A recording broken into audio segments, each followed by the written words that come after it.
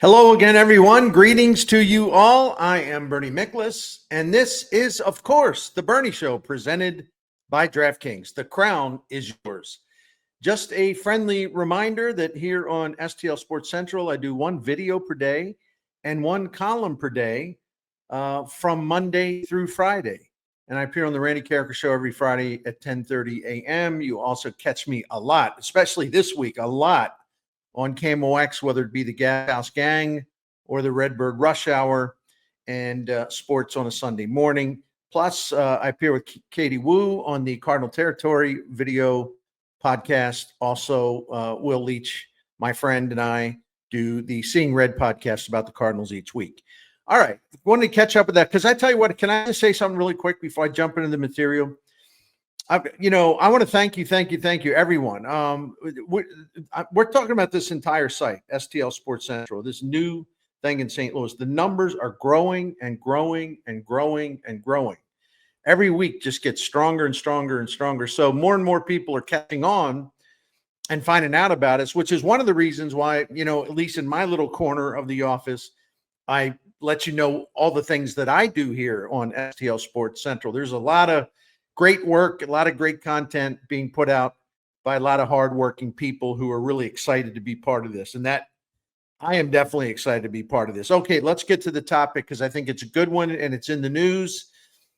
In a move that many folks have been calling for, I know my friend Randy Carricker has been. The Cardinals put Iván Herrera. I always say Ivan, man, shame on me. Iván Herrera in left field. This doesn't mean he'll be in the left fielder every day or most of the days, but this is wisely part of getting an early jump in training Herrera to play in left field with the idea of him being, becoming their regular left fielder at some point. I mean, the Cardinals are already looking towards 2026, and they should be. They absolutely should be. And so this is a smart move by the Cardinals. And I'll go through what all of this means. And near the end, that's why you want to stay towards the end. Near the end of the video, I'm going to offer you a stat. Like when I checked it out, I knew it was going to be very informative, but the stat is actually more profound than I even thought. And it's another reason why this makes a heck of a lot of sense to put Herrera in left field. And so I'll give you all of that as we move along because his right-handed swing can really improve in an impoverished area of the St. Louis offense. So, but let's start with this for now. Putting Herrera in left is an obvious way to get his at bat in the lineup and to give him a position where that bat's attached to. I mean, Iván Herrera certainly has the offensive skill to man the Cardinals' designated hitter position for a long time, which is what he's been doing this season. But for enhanced roster flexibility, it's best for Herrera to have a position other than DH, because that's more ways you can use him. And it's more ways that other players can get in there if he's not always at DH, right? Now that Herrera has moved from catching because of his defensive issues, mostly his throwing, it makes obvious sense to use left field as an outlet for that bat. And if Herrera eventually turns into their regular out left fielder, and I think that's the hope, it clears space at the DH spot for any number of Cardinals hitters, including Nolan Gorman. More on that here in a bit. And as we know, manager Ali Marmol likes to use the DH role for position players who start a lot of games in the field. It's not exactly a day of rest, but having to play defense on a given day is something of a physical and mental break for dudes who may be tired, like Wilson Contreras, Brendan Donovan, Nolan Arenado, Jordan Walker, Alec Burleson, so on and so forth. Not having Herrera locked into a full-time DH gig just provides Marmol with more opportunities to move pieces around, get more at-bats from deserving hitters, and likely strengthen the bench. And I say strengthen the bench because if Herrera is in left field, that means someone else isn't in left field, and chances are that someone else won't even be in the starting lineup. So they can be deployed in other capacities during games. It'll make your bench stronger, I think, in an indirect way. For example, in addition to being used at DH, Gorman can play second base and third base.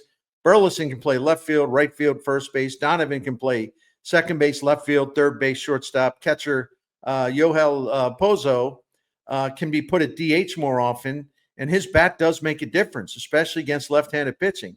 Nolan Arenado is going to play third base as long as he's still here, but he's going to get the occasional turn at DH, even though to me, frankly, all due respect, it doesn't make a lot of sense because Nato just isn't much of a hitter anymore. I could use other examples about how Marmol will have more to work with as far as moving pieces around. But you get the point, right? You get the point. And there will be a domino effect along the way, and we'll talk about that as well. But Herrera stepping forward to potentially become the Cardinals left fielder is welcome news, and it's exciting news because it can trigger other movement and create opportunities for others. Now, listen, Herrera's defense is going to require a lot of time and hard work, but he has an excellent coach and teacher in John Jay.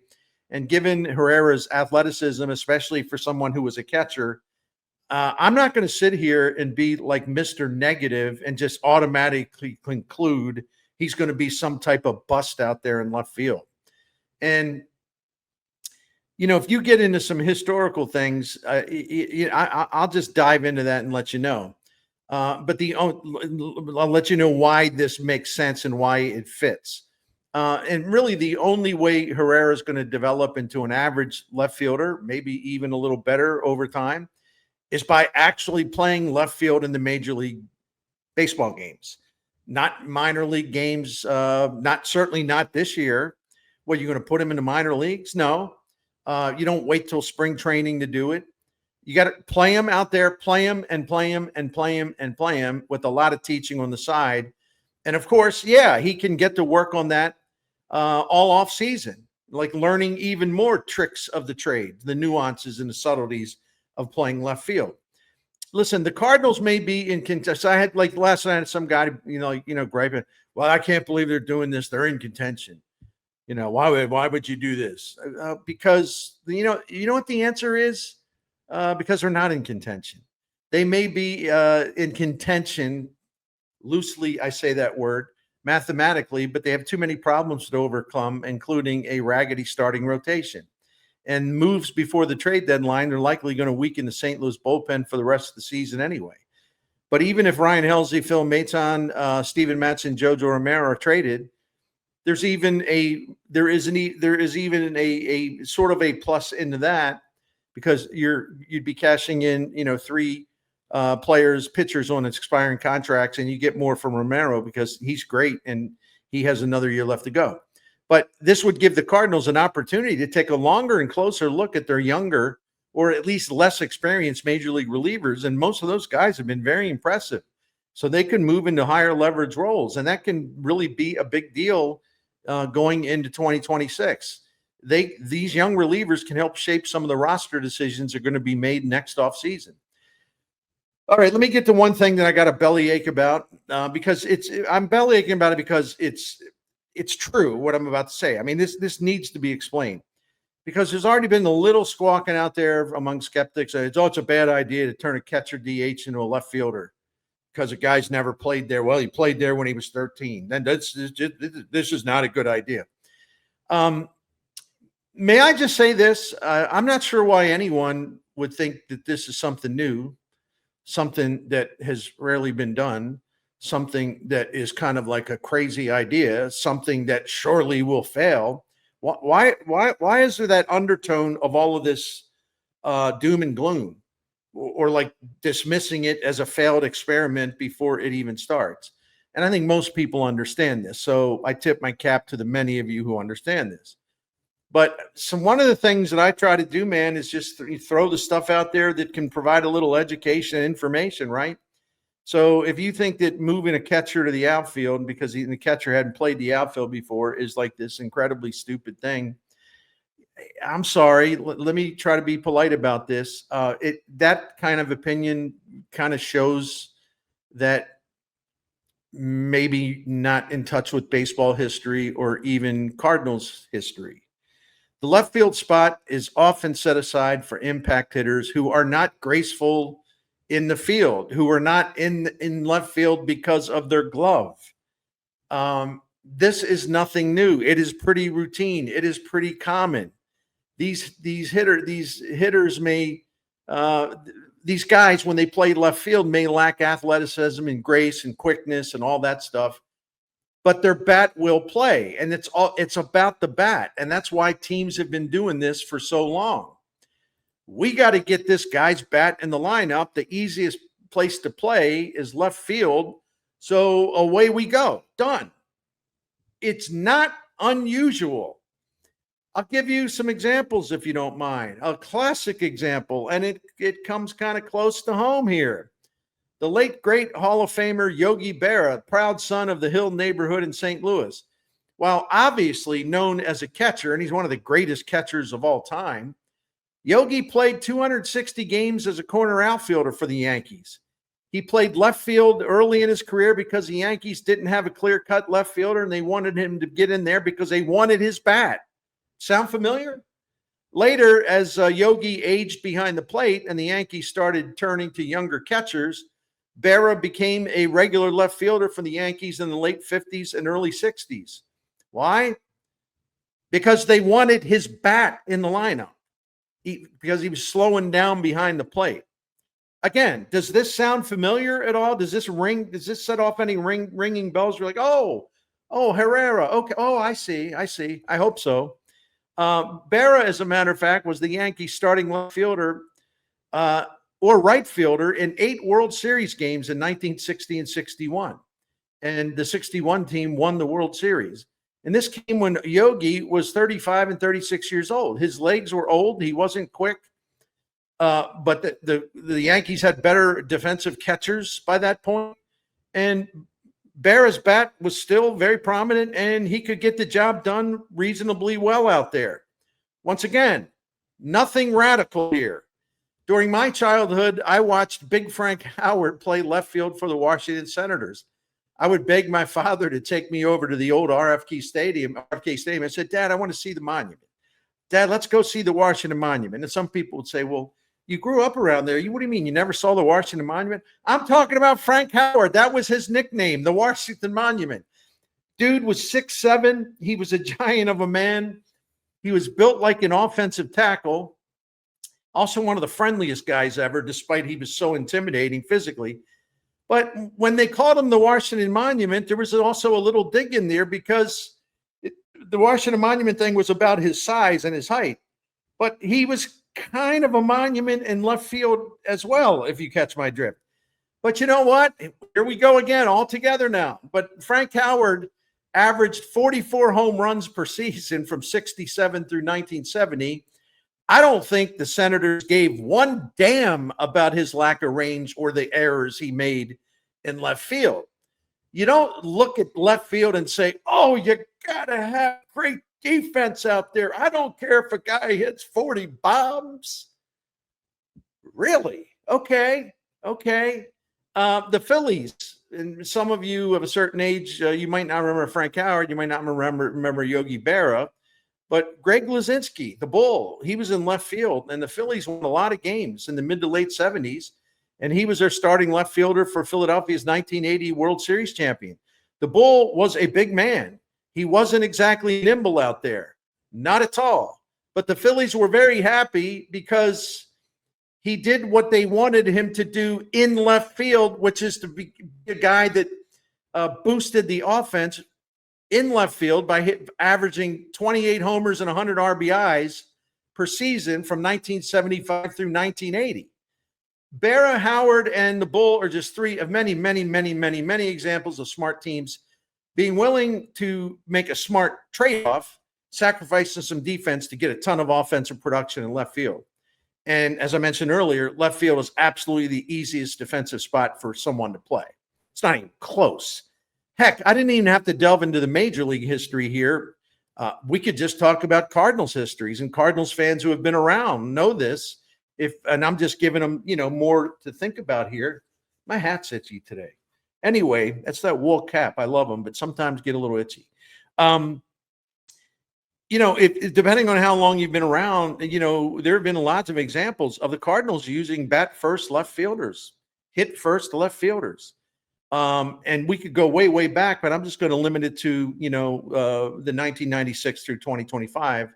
1996, of course, being the first year that Tony La Russa became manager after Bill DeWitt and his partners bought the team. So the list of Cardinals bat first left fielders includes Matt Holliday, Chris Duncan, Alan Craig, Ron Gant, Marcelo Zuna, Scott Spezio, Matt Adams, and Alec Burleson. Listen, there were some few other fringy guys who played a little out there, but I'm talking about guys who played a little, more than just a little. Now I'm going to get a little bit nasty here, and I'm sorry. See, at least I apologize in advance. I used to kind of chuckle at the fools who would get a case of the vapors watching Chris Duncan play awkward defense in left field.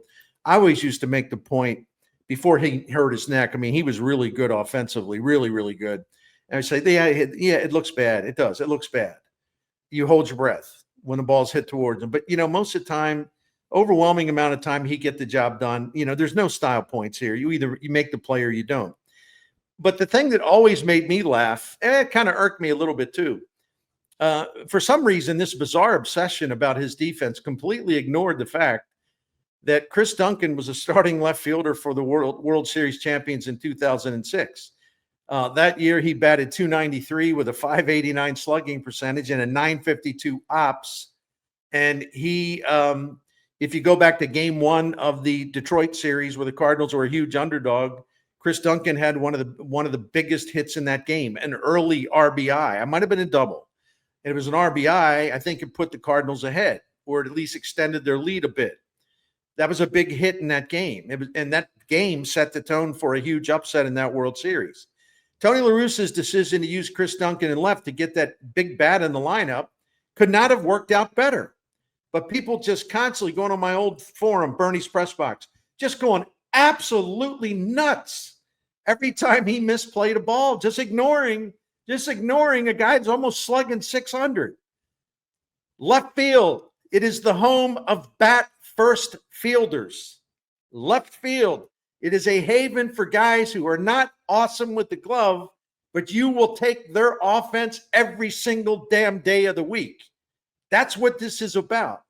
In a similar situation, people in the fan base would go bonkers over Matt Holliday playing left field because, yeah, he was never a threat to win a Gold Glove. Oh, boy, he would look clumsy out there. There were a couple years where, frankly, he was really bad. But the people doing the whining, again, don't seem to get the idea that this has been a historical method used to get a really outstanding bat into your lineup. And the trade-off, again, is worth it. From 2009 through 2015, Holliday was voted to 6 All-Star teams. He earned MVP votes in 4 seasons. He was the starting left fielder for 5 Cardinals teams that made the postseason. He was a starting left fielder for the 2011 World Series champs, the starting left fielder for the 2013 NL pennant winners. He was a big part of all those playoff victories that fell short of winning a pennant, but the Cardinals were in the NLCS all the time. And Holly was the starting left fielder for a 2015 Cardinals team that really struggled offensively, but not him. And that team won 100 games. During those seasons, 2009 through 2015, Matt Holliday had led all major league left fielders in wins above replacement. He ranked among the top 5 in the left field position in batting average, on base percentage, slugging, OPS, and weighted runs created plus. But the caterwauling over his defense, it just never went silent. It was just amazing to me. People just missing the whole point of having him in left field. So I don't want to see this happen again. This is why I'm going on and on about this. There is a reason for me bringing up these examples. Listen, some of the names I mentioned up above a little while ago about some of the bat first left fielders the Cardinals have used. The only name on that list who bombed was Matt Adams in left field. Had no business doing it because they tried it in spring training. He didn't look good early in the season. He didn't look good. He just wasn't meant to play left field. And it's hard to explain. Adams had pretty good feet, but it's just the left field thing just wasn't in him to do. It just wasn't there. Like, in other words, I'll go with clumsy left fielders, with klutzy left fielders, with awkward left fielders, as long as they're putting up a lot of offense. But Adams, God bless him, because I really like him, but he was just not. It was a lot more than being clumsy or klutzy or whatever. It was just pretty futile. it was a dumb decision to put Adams out there. And then Mike Matheny made it worse because I guess he didn't want to admit he was wrong. So he stubbornly insisted on doing it until one day, pretty early in the season, might have been May, John Mozeliak intervened. He traded Adams to Atlanta. More recently, I recall how folks did a lot of barking about Alec Burleson when they would put him in the outfield rather than maybe first base. There was no DH. His first, there was a DH actually, I think, when he started to get in the picture as a Cardinal. Sorry about that. But again, yeah, he'd be out there like a raging bull chasing after fly balls, and it wasn't pretty. Man, you wondered if he was going to hurt himself, hurt somebody else, hurt a fan. But you know what about Alec Burleson? He needed a chance. He's a ball player, right? He's got a really great arm. He's got good instincts for the game. He just hadn't played a lot of outfield in college, and he worked at it. He worked at it. He worked at it. And this season, I checked yesterday afternoon. This season, Alec Burleson is a +1 in defensive runs saved and a +1 in outs above average in left field. Yes, the big man is slightly above average as a left fielder. And with the offense he's providing, wow, that's a really nice setup for the St. Louis Cardinals. See, Herrera will be much, much more valuable to the Cardinals in the future if he can handle left field. And it may not look good at first. I'm just telling you, may not look good at first. I'm sure we're going to see some screw ups out there. But again, please learn from history. Give it some time before you go nuts. And you got to stop this right now. Just give it some time. Relax. The Cardinals are not in contention for the World Series this year. So this is a good time to get him off to a jump start, a head start on this left field project.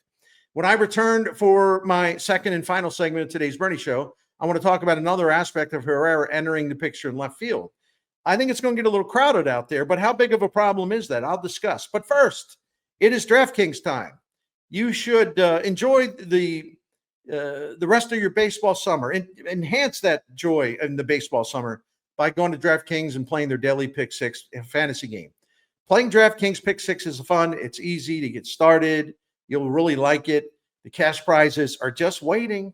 They're just waiting there, waiting for you to put your baseball knowledge to use and win. First, you download the Pick Six app from DraftKings. There's nothing complicated about making selections. Each day, DraftKings sets a stat line for dozens and dozens and dozens of major league players and pitchers for their next game. And that's where you come in and select more or less. You could choose to use the word higher or lower or over or under. You get the point. For example, in other words, more or less what the stat line is. He'll go above it or he'll go below it. For example, Sonny Gray starts for the Cardinals against the Marlins on Tuesday night. This is an interesting one to me because the Marlins are tough to strike out. And they've really been tough to strike out since they started to get hot around June the 12th. All right. But I also look at Sonny Gray, who is the one legitimate strikeout pitcher the Cardinals have in their rotation. So there was one category that caught my eye at DraftKings Pick Six fantasy when I looked at the big board this morning. 5 or more strikeouts thrown. DraftKings has set a line of 4.5 strikeouts for Gray in this one. And though, as I mentioned, the Marlins are tough to strike out, Gray's track record impresses me. He has struck out at least 5 hitters in 15 of his 21 starts, including his last 7 starts in a row. So if you like what I just told you there, then you would select more than 4.5 strikeouts for Sonny Gray.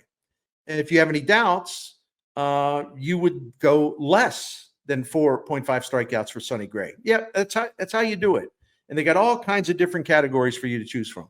Pick Six available right here in Missouri. There's nothing for you to worry about or hold you back. I really enjoy playing DraftKings Pick Six Fantasy. I've had some good days. It's like any game, right? Sometimes you can't win them all, but man, you do a little homework, you have a little fun, you get in the spirit of things. I think you'll just enjoy playing it. And the cash is there. Don't settle for smaller payouts at other places. Just switch to Pick Six, and you'll be at the right place at the right time for winning cash, and you will be taken care of. You will be respected. No one is going to try to give you some puny payout. Not at DraftKings Pick Six. Right now, new customers get $25 in bonuses with their first deposit of $5. So download that DraftKings Pick 6 app. Use the code STL Sports. That's code STL Sports for new customers to get $25 in bonus money with their first deposit of $5. Better payouts, bigger wins, only with Pick 6 from DraftKings. The crown is yours. Gambling problem? Call 1-800-GAMBLER. Help is available for problem gambling. Call 888-789-7777 or visit ccpg.org in Connecticut. Must be 18 and over. Age and eligibility restrictions vary by jurisdiction. Pick 6 not available everywhere, including New York and Ontario. Void where prohibited. One per new customer. Bonus awarded as non-withdrawable Pick 6 credits that expire in 14 days. Limited time offer. See terms at pick6.draftkings.com/promos. Welcome back, and thank you for watching The Bernie Show on this Tuesday. Okay. By utilizing Herrera in left field, the Cardinals have expanded their cast of left fielders. So far this season, the leaderboard for games started in left field has Lars Nootbaar 70 starts, Brendan Donovan with 18, Alec Burleson with 16. But Burley also spends a lot of time in right field, and Nootbaar has been over there for about 12 starts too. But Jordan Walker has started the most games in right field with 59. But I'm not even talking about Herrera being in right field because he's going to play left field because it's, again, that's the easiest spot for him to learn. And that's where traditionally, historically, MLB teams will put a big bat in that left field spot because they want the offense and will settle for average or below, slightly below average defense. If the bat is playing, if the bat is hitting, everything's fine with him being in left field. I don't see him in right field because I don't think he throws that well, talking about Herrera. So the depth chart, however, even at left field is pretty crowded, depending on how many games Herrera starts over in left field over the final 54 regular season games, beginning tonight's 54 left, and what the team's thinking is looking ahead to 2026. There's probably not enough at-bats to go around, even with the DH spot being more open now that Herrera is going to be part of that left field committee.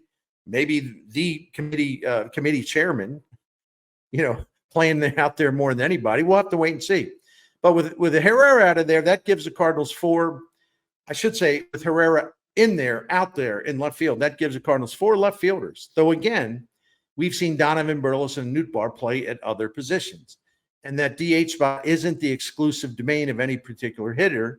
And as I mentioned, I don't include Herrera in any right field scenario, for reasons I explained. I don't think this is any kind of huge problem. On the other hand, the Cardinals outfield prospect, Nathan Church, is going to be competing for a job on the big club next season. He can play left field, center field. I think he plays a little right, but he's mostly left, if I have this correct, left fielder and center fielder. So again, he's going to be trying to crowd in there, trying to get in that crowd.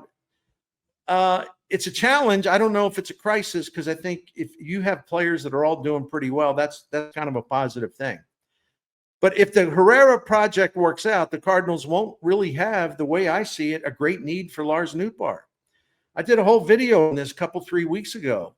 Why, to me, he loomed as a really logical trade candidate.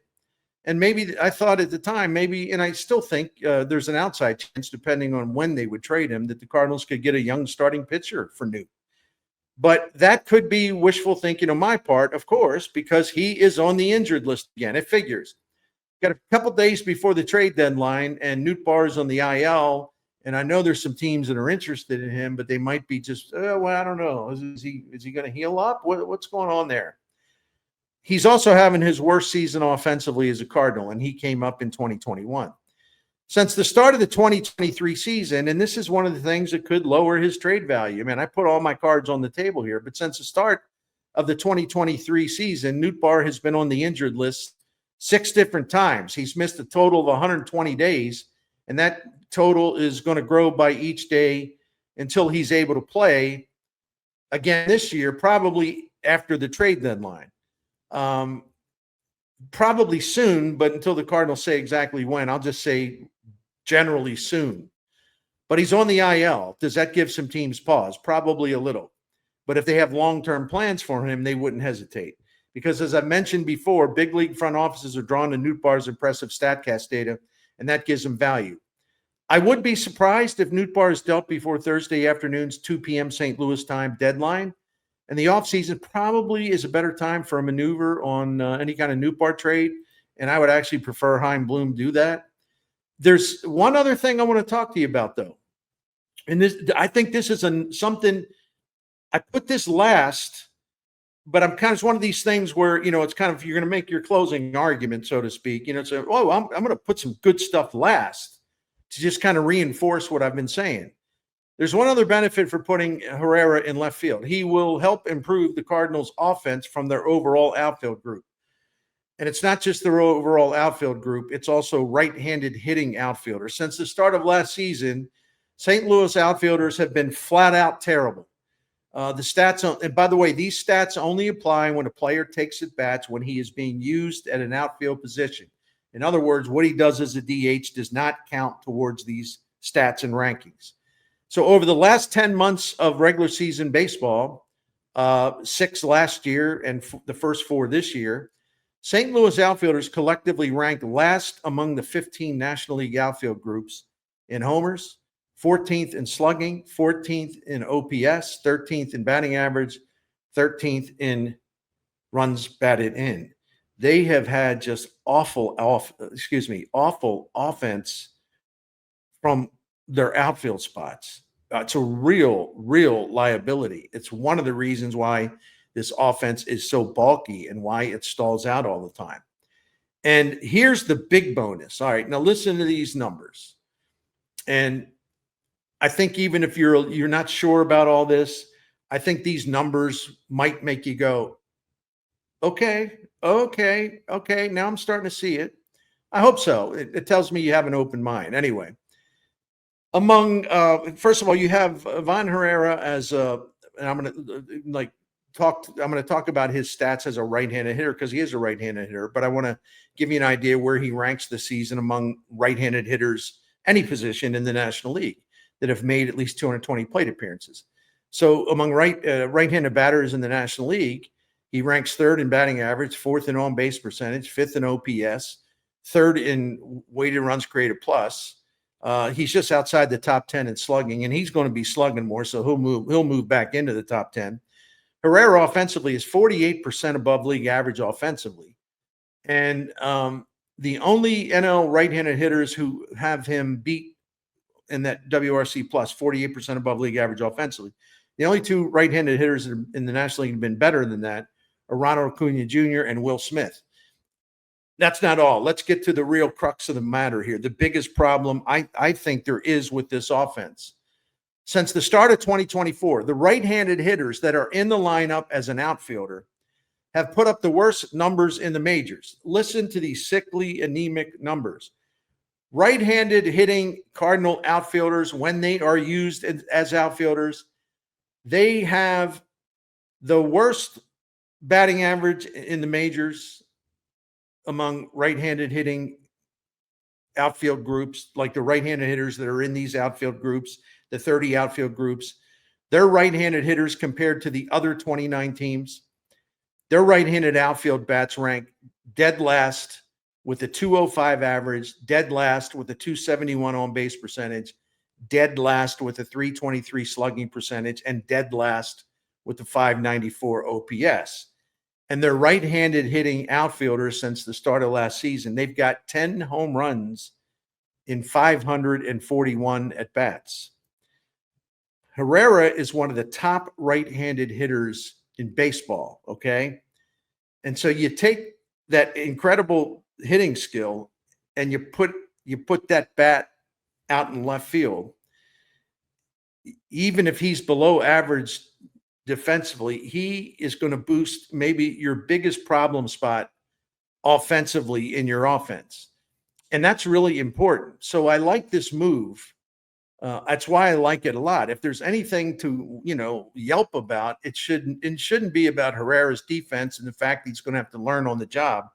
No, any kind of yelping should be directed at this absolutely pathetic offense that's been provided over the last 2 seasons by the team's right-handed hitting outfielders. Statistically, literally the worst in baseball among all outfield groups. Makes perfect sense. You're going to take your best bat and you're going to put it in left field and you're going to say, okay, we'll live with the growing pains because the payoff will be worth it.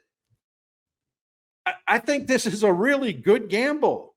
I don't think there's any risk involved at all. Anyway, that's it for now. Thanks for listening to me. Thank you all very much for always supporting our work here at STL Sports Central. Please subscribe, hit the like button, leave your comments, and a big thanks to DraftKings for presenting the Bernie Show. I hope you have an awesome rest of your Tuesday. Thank you.